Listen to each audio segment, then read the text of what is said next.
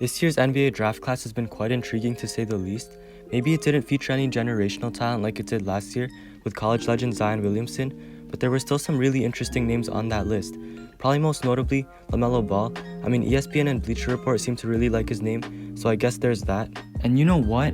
It is far too early to tell which one of these rookies are gonna end up being a bust or a superstar, but if you couldn't tell from the title, that's exactly what we're gonna do in this video. And before I begin, I just wanted to make sure all of you guys are subscribed.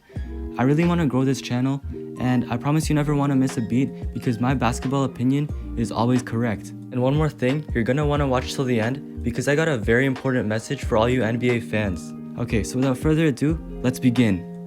Okay, we kick things off with Isaac Okoro. He was drafted 5th overall by the Cleveland Cavaliers, and I'll start off with his offensive strengths. He may end up being one of the NBA's great high flyers.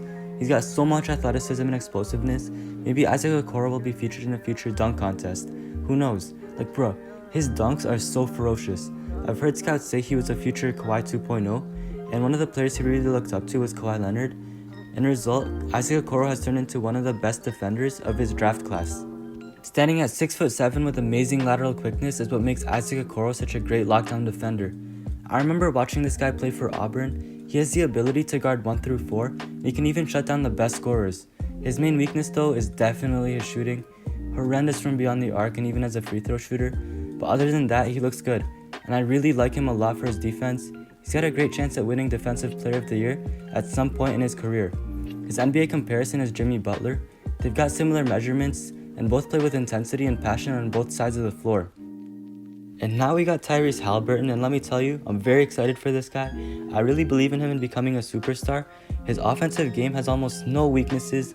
Many people have criticized him for his shooting form, but whatever man, the ball's going in, so I wouldn't even sweat it. Some shooting numbers, 61% from the field with 44% from beyond the arc. That's insane. He's also shown some great playmaking ability as well, averaging 5.2 assists as a rookie. That's also insane. Let's not forget about his defense, man. Haliburton is a dog on both sides of the court. Sacramento Kings are also really committed into developing his game. Gotten a lot of minutes lately for a rookie, and I would love to see him stay in Sacramento. Imagine that young core developing together. De'Aaron Fox, Marvin Bagley, Tyrese Haliburton, along with Buddy Hield, they could make up a wicked starting lineup in the near future. Tyrese Haliburton, in my opinion, was the steal for this year's NBA draft. This next player, I pretty much have to include him onto the video. It's LaMelo Ball. He's just getting introduced to NBA basketball, but he looks like he's got as much confidence as many of these veterans. He's very crafty driving to the basket, great at slithering his way through the paint, and at that point you never know what he's gonna do. He's a crafty passer and a crafty finisher. His defense is average for now, but it's definitely something that will improve over time as he gains more experience. He's also not a great shooter for now, but that's just another aspect of his game that will probably develop over time. Other than that, he's doing great things that you don't see a lot of 19-year-olds do, and he's definitely the leader for winning Rookie of the Year. He's first in the league in points per game among rookies, averaging 14.2, second in rebounds per game among rookies with 6.1. He's also averaging 6.2 assists per game. That's first among rookies also. So yeah, that's a really good stat line. I don't know if I can exactly compare him to an NBA player today. LaMelo Ball is a unicorn. He's got a really unique playstyle for the point guard position. I would say like a mix of Ben Simmons and Jason Williams. He's Ben Simmons minus the defense. Both are oversized point guards that lack a jump shot. Him and Jason Williams both got that flashy passing ability. And I know I might get some hate for this, but man, he reminds me of Magic Johnson. Just think about it. Both giants for the point guard position, and LaMelo Ball can pretty much make a pass from anywhere. To be completely honest with you, I cannot tell the difference between Melo and Magic. They look like the same player to me. Up next, we got Cole Anthony. Playing for North Carolina, Cole Anthony has been known for his ability to put points on the board. He's also a respectable defender overall, especially for his size. In college, he shot a horrendous 35% from the field, but that was mostly because of how many difficult shots he was taking. Late shot clock or heavily contested, he shows he's never afraid to take tough shots for the team. Shooting splits don't show so far, but Cole Anthony is a great jumper. He's very quick and he's got handles to get past the defender, so yeah, he works great in isolation. Could definitely be a future offensive leader. He got drafted by the Orlando Magic and he's already making highlight reel moments. He had that inspirational buzzer beater that one game. Bro, that shot left me in tears. If I had to compare him to an NBA player, I would definitely say Damian Lillard, with a little bit less offensive spice and a lot more defense. It's kinda easy to tell, both got that shooting range and they're not afraid to take deep shots in clutch situations, and both possess that lightning quickness to blow by any defender. Up next, James Wiseman, probably the best 7-footer for his draft class. For good reason too, as James Wiseman is one of the more athletic 7-footers I have ever seen. Scouts were raving about his rim protection, and in his short time in the NBA, he's already showing shades of Mutombo.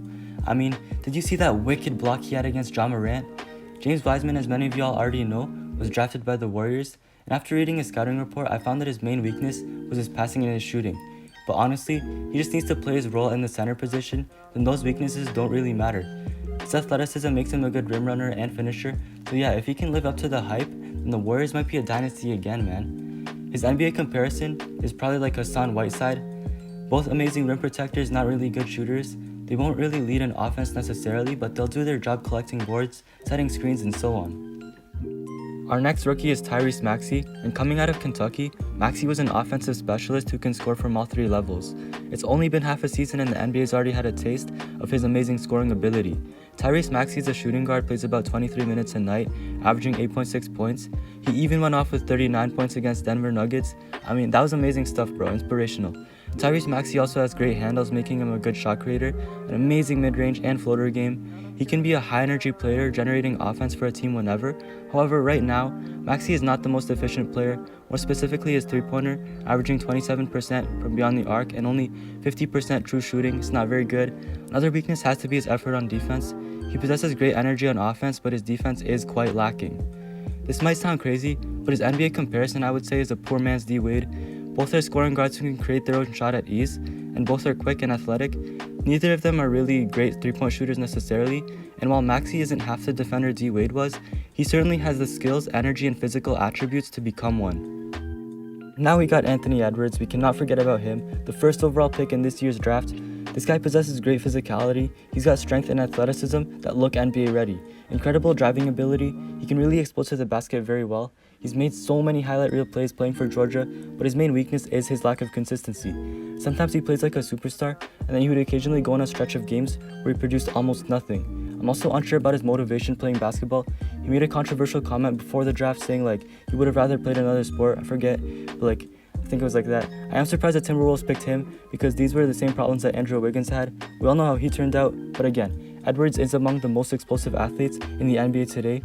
He made one of the greatest dunks in NBA history, absolutely posterizing Yuta Watanabe. That was one of the greatest dunks of the year, bro. I would compare his on-court game to a slightly bigger Russell Westbrook. Again, his ability to explode to the basket and finish at the rim is really what makes him who he is.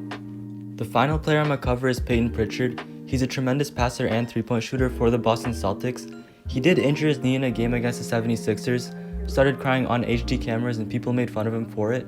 But man, I feel bad to be honest. That shit must have hurt a ton, physically and emotionally. So to all you fans out there, please comment a heart to Peyton Pritchard's socials. Share this video to get the message out there. So yeah, that just about wraps it up. Please like and subscribe. If there was any player I missed, comment it down below. And also, how about putting a heart on the comments for Peyton Pritchard? Yeah, I hope you all have a blessed week, and I'll be back with another post in like 3 to 4 days. I think, alright, peace.